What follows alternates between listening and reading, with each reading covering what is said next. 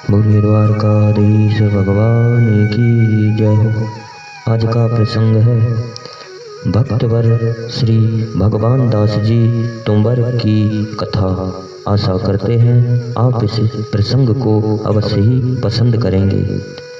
श्री भक्तमाल के अनुसार भक्तवर श्री भगवान दास जी तुंवर के महोत्सव में सभी वस्तुएं इस प्रकार बढ़ी जैसे दुशासन के द्वारा खींचे जाने पर श्री द्रौपदी जी के वस्त्र बढ़े थे। आपके एक महोत्सव में महान आश्चर्य यह हुआ कि खांड घृत मैदा आदि की खूब वर्षा हुई। सोने और चांदी के सिक्कों की भरमार हो गई। आशा से अधिक दान मान प्राप्त कर सृष्टि के सभी प्राणी अत्यंत प्रसन्न हुए। उस उत्सव में साधु ब्राह्मण और दीन गरीबों को खूब भोजन कराया। रास लीलाएं हुई और कई दिन तक अखंड श्री हरि नाम संकीर्तन हुआ। भक्तों का विशेष सम्मान हुआ और सभी लोगों को दान मान से संतुष्ट किया गया। श्री भीम जी के पुत्र भगवान दास जी ने ऐसी कीर्ति की कि उस उत्सव का समाचार सुनकर दूसरे राजा लोग भी इच्छा करने लगे कि हम भी ऐसा उत्सव करें, पर वे मनोरथ करके ही रह गए। तुंवर श्री भगवान दास जी का महोत्सव कोई इनके महोत्सव जैसा उत्सव कोई कर नहीं सका।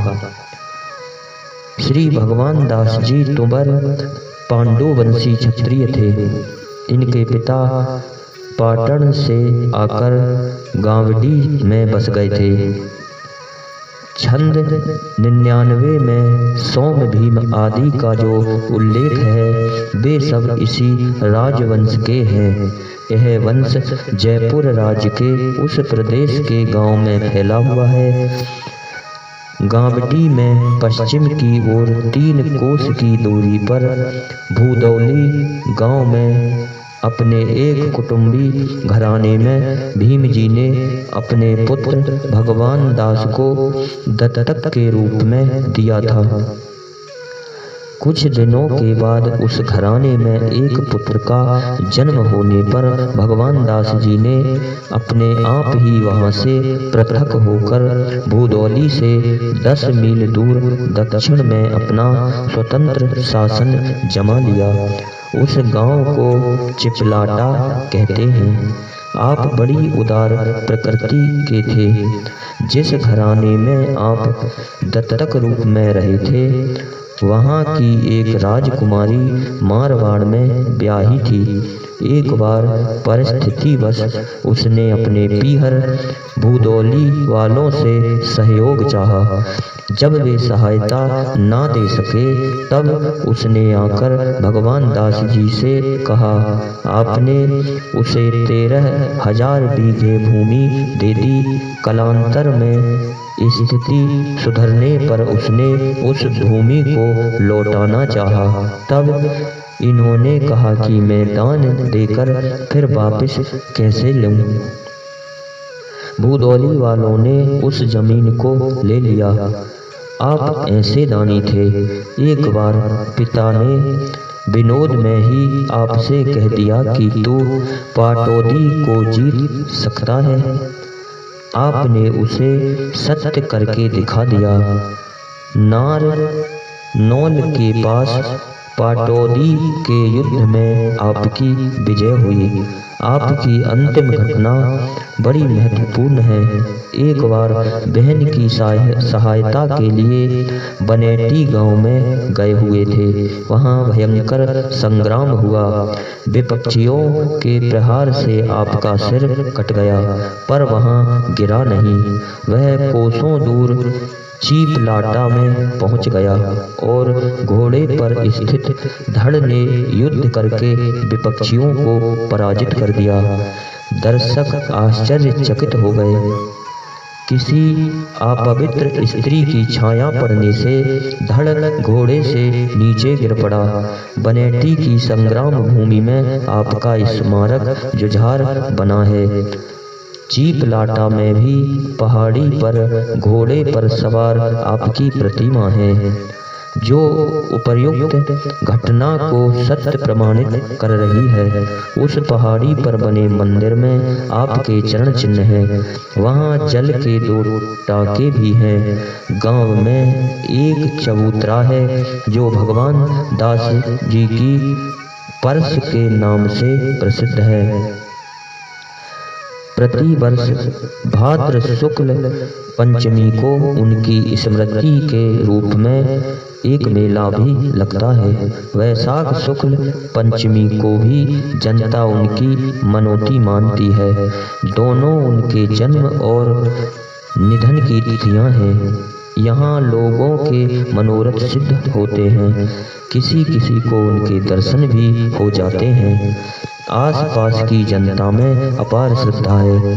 इनका एक पुत्र सूरदास था, जो बादशाह की नौकरी करते हुए भी नियमित पूजा पाठ अवश्य करता था। यह राजवंश श्री निम्बार्क संप्रदाय का अनुयायी था।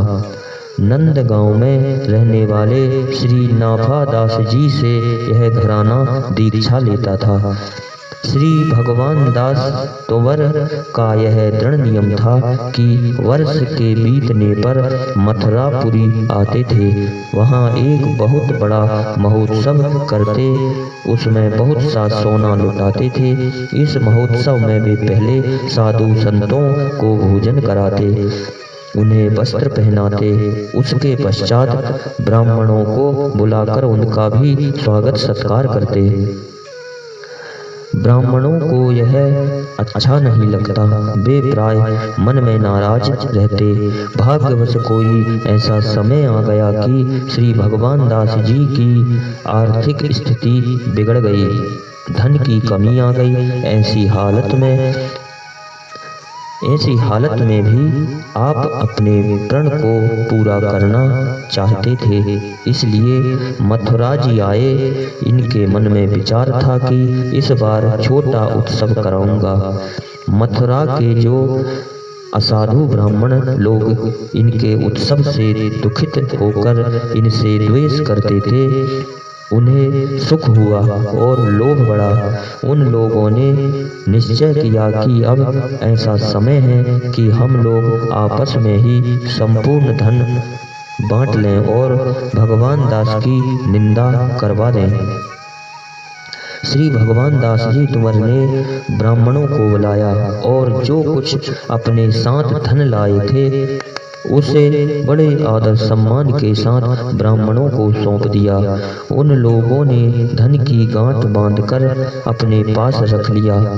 तब श्री भगवान दास जी ने हाथ जोड़कर विनती सुनाई, मेरे पास बस इतना ही धन है, इससे आप चाहें साधु संतों का भंडारा करा दें, चाहें रास लीला करवा दें और चाहें स्वयं आप लोग भोजन कर लें। जिस प्रकार आपको सुख हो आप लोग वही काम कीजिए। ब्राह्मणों ने सीधा सामान एक कोठे में रख दिया और जो नगद धन था उसे थैलियों में भर लिया।